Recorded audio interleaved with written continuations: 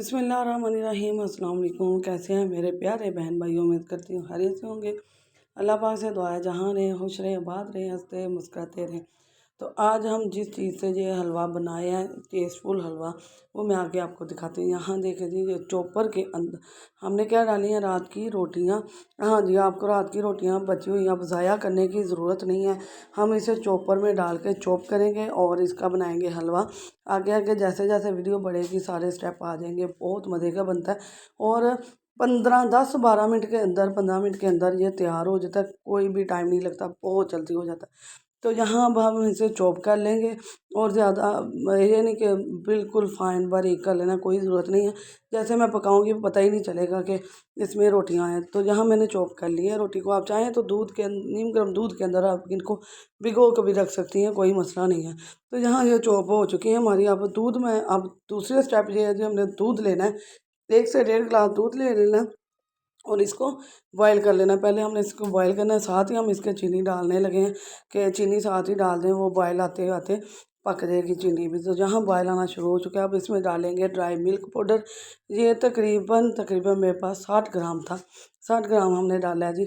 और 2 साशे होते हैं ये 25-25 30-30 ग्राम के, तो वो ले लेना आप बस ये। तो अब इस दूध को हम इसके साथ ही हमने अपनी बची हुई रोटियां, सॉरी रोटियों का बताना मिकदार भूल गई थी, 3 रोटियां थी रात की बची हुई रोटियां, और इसको हम अच्छी तरह से पका लेंगे। आपने पकाते हुए आग को बिल्कुल हल्का कर लेना है।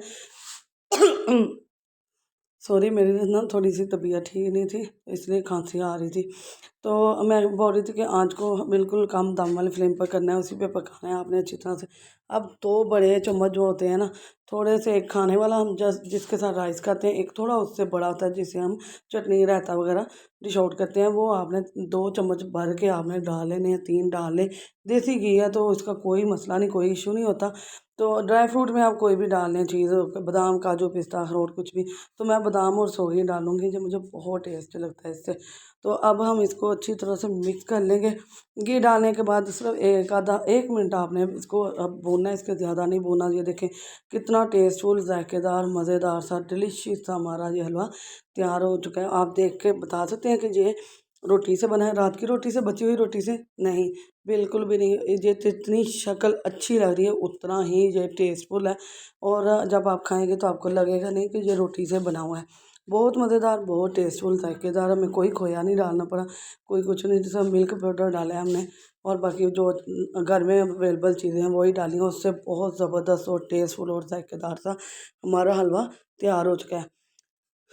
अगर वीडियो पसंद आए तो लाइक शेयर सब्सक्राइब करना है, बेल के बटन को ऑल पर सेट करना है, इससे आने वाली वीडियो का नोटिफिकेशन सबसे पहले आपको मिलेगा। और मज़ेदार लगे, टेस्टफुल लगे तो ज़रूर अपने दोस्त अजीज़ रिश्तेदारों के साथ लाजमी शेयर किया करें।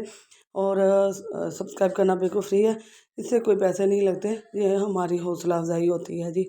आप हमें प्यार कर रहे हैं, हमारी वीडियो को पसंद किया जा रहा है। तो इंशाल्लाह एक नई वीडियो के साथ, नए अंदाज के साथ, नए तरीके के साथ फिर हाज़िर होंगे। और ये दुआओं में याद रखिएगा। अल्लाह हाफिज़।